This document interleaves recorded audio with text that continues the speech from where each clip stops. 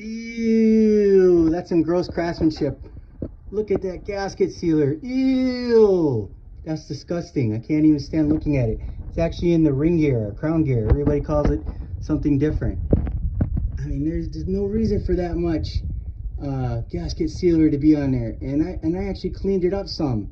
That's pretty disappointing, because you don't want that floating around in your differential fluid and getting in between your gears or whatnot.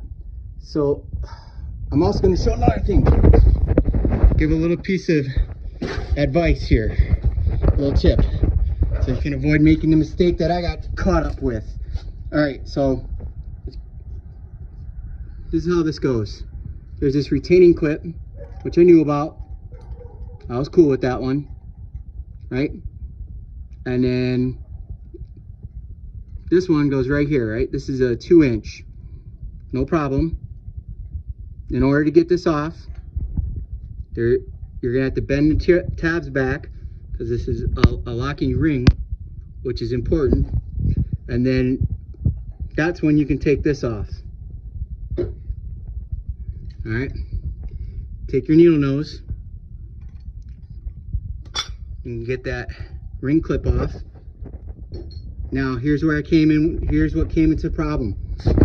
This thing right here, man. This right here, ladies and gents, this is the problem.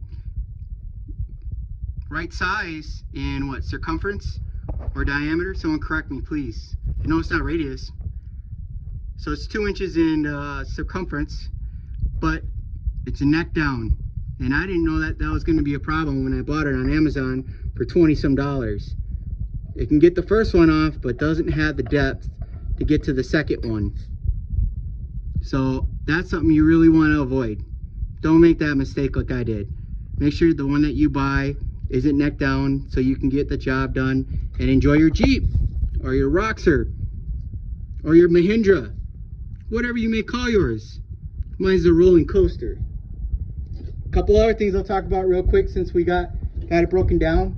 There's a video out there that shows how to do this job, and I have a sneaky suspicion that the job was previously done, then slightly put back together, then taken apart. Because in the video, a demonstration, it was just like, oh, this comes off just like no struggle at all, and I fell for it, because it is not as easy.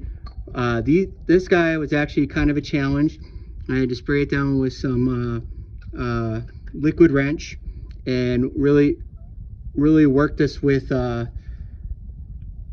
my pry bar, and the tabs would bend, and then I would take this and I'd pound it out, make it flat again real quick, and then just slowly wedge it out.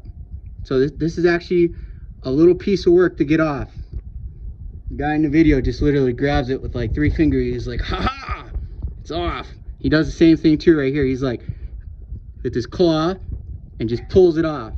It doesn't work that way. I found that out. It's some work.